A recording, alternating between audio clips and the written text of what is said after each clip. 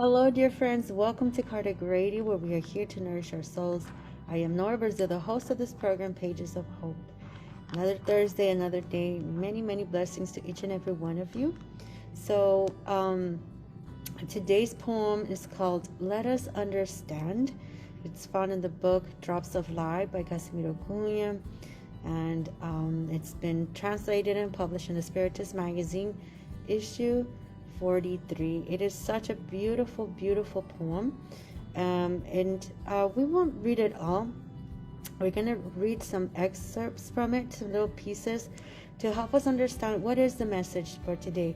So the very first thing is looking at the title, Let Us Understand, right? So this is the part where the educator in me might help us understand it from that perspective, because learning has a whole process.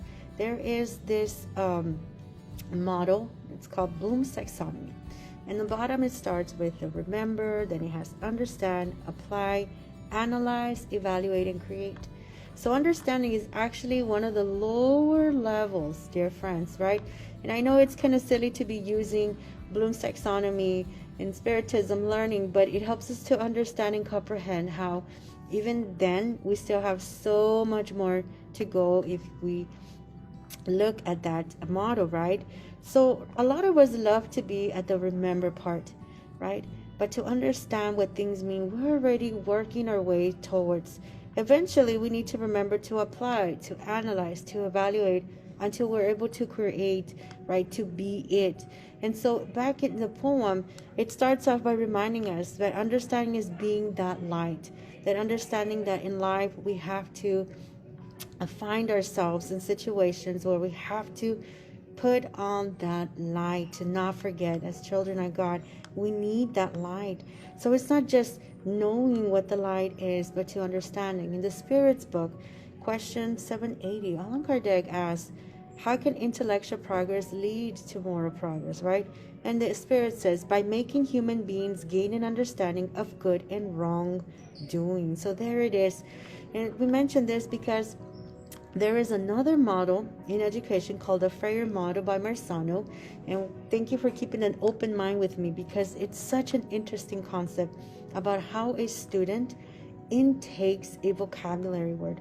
So in this model, it's literally a student learning vocabulary words for life, because it's not just knowing, it's not just remembering the definition, right, or even understanding it by putting examples, but the student has to illustrate in this model, which is already going up that Bloom's taxonomy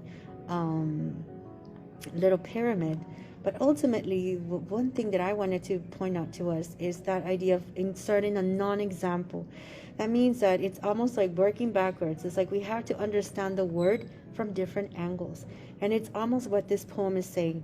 The difficulties, the lows and the highs, and all the things that come with everything. We need to be able to understand all of these experiences from this perception, right? And as the Spirit said in question 799, so how does Spiritism contribute to this? By destroying materialism. So the poem brings a lot of things within it that remind us that all these lows need to be broken. We need to have a reason to turn on that light. And think about it, dear friends. When we're turning on that light, a lot of us might take it for granted. Oh, we're just going to flip the switch. But think about everything that goes behind it, right?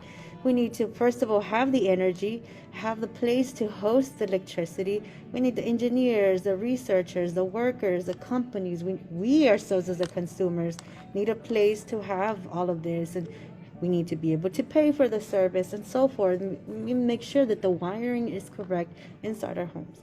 So when we think about this light, right, as the poem asks us to be, let's remember that light is not just flipping the switch, but everything that goes. And so that's us, dear friends. We are in that progress. We are in that work, right? And so the poem really ends by saying, yes, you have your highs and lows, but guess who is the biggest teacher that can help you understand, that can help you in that model? And that's Jesus. He's the greatest educator of all.